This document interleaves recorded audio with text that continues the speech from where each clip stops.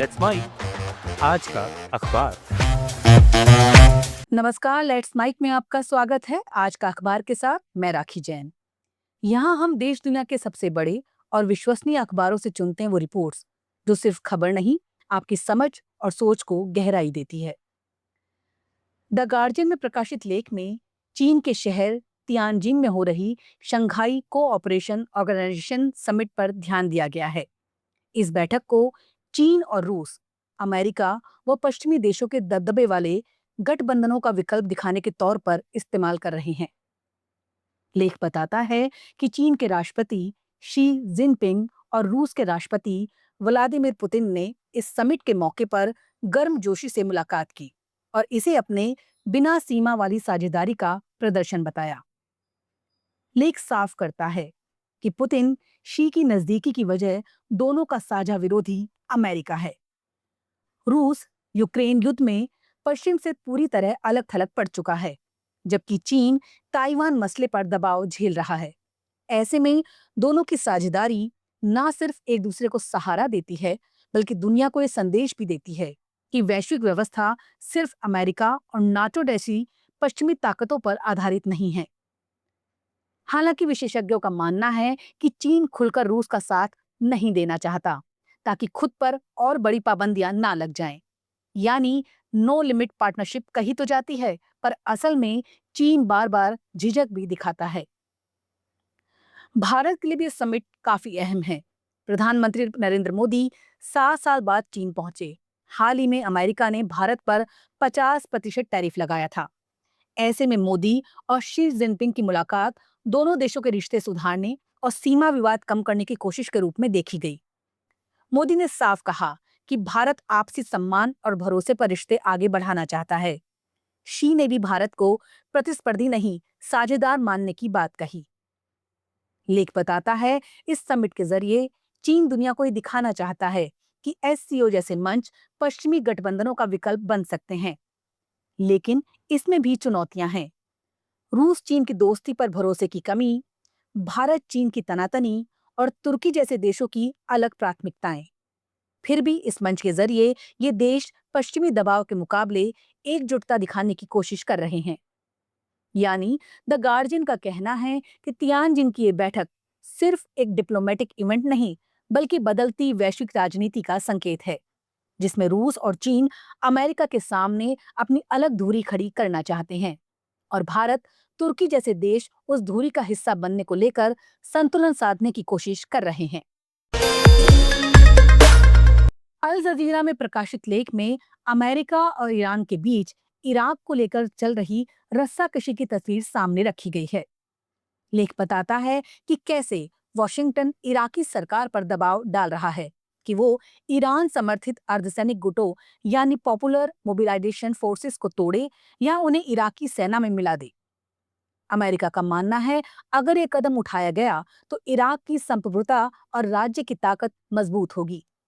लेकिन ये काम आसान नहीं है, क्योंकि इन गुटों की जड़ें गहरी हैं और इनका राजनीतिक समर्थन भी मजबूत है। समस्या ये है कि ये गुट 2014 में आईएसआईएस के खिलाफ बने थे और तब से राजनीति व समाज में गहरी पैठ बना चुके हैं। इराकी प्रधानमंत्री मोहम्मद अल सुदानी को अपनी ही संसद में इनके समर्थकों का सामना करना पड़ रहा है। हाल ही में संसद ने पीएमएफ को लेकर स्थायी सैन्य बल का दर्जा देने वाला बिल अमेरिकी दबाव के चलते वापस लेना पड़ा। लेख बताता है कि अब सवाल इन गुटों के बने रहने का नहीं, बल्कि कब और कैसे इन्हें कमजोर किया जाएगा, यही है।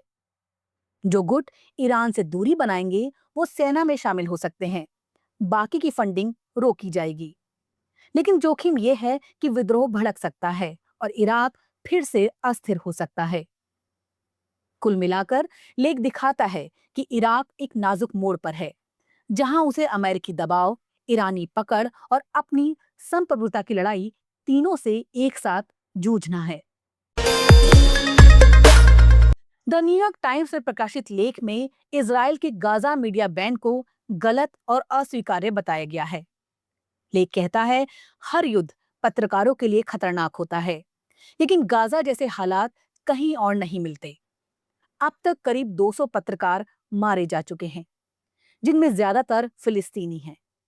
वजह यह है कि इजराइल ने बाहर के पत्रकारों को गाजा में दाखिल होने ही नहीं दिया। लेख का तर्क है ये बैन न सिर्फ अमानवीय है बल्कि खुद इजराइल की छवि को भी नुकसान पहुंचा रहा है। अमेरिका ने अफगानिस्तान और इराक युद्ध में रिपोर्टिंग की इजाजत दी थी। यूक्रेन भी पत्रकारों को अंदर आने देता है, लेकिन इजराइल ने रोक लगाकर ये संदेश दिया है कि वो युद्ध की असली तस्वीर छुपाना चाहता है। लेख में एक हालिया घटना का जिक्र है। गाजा के नासिर अस्पताल पर इजराइल ने दो दो बार हमला किया।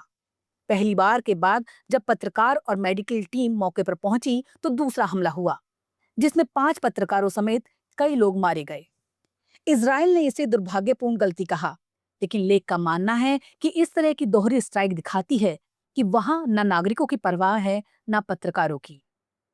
साफ कहा गया है कि गाजा को एक आजाद और ईमानदार प्रेस की जरूरत है, ना वह जो हमास दबा कर रखता है, ना वह जिसे इजराइल रोक रहा है। इजराइल का दावा है कि कई पत्रकार हमास से जुड़े हैं, लेकिन उसने सबूत नहीं दिखाए। उल्टा बाहर के मीडिया को बैन करके उसने अपने ही दावे पर शक पैदा कर दिया है। लेख के मुताबिक दुनिया के 28 देशों ने इजराइल से कहा है कि पत्रकारों को तुरंत गाजा जाने दिया जाए। न्यूयॉर्क टाइम्स समेत 70 से ज्यादा मीडिया संस्थान भी यही मांग कर चुके हैं। लेख का निष्कर्ष यही है कि अगर इजराइल सच में चाहता है कि दुनिया उसके युद्ध को निष्पक्ष नजरिए से देखे, तो उसे मीडिया की राह खोलनी होगी, ना कि उसे बंद करना है।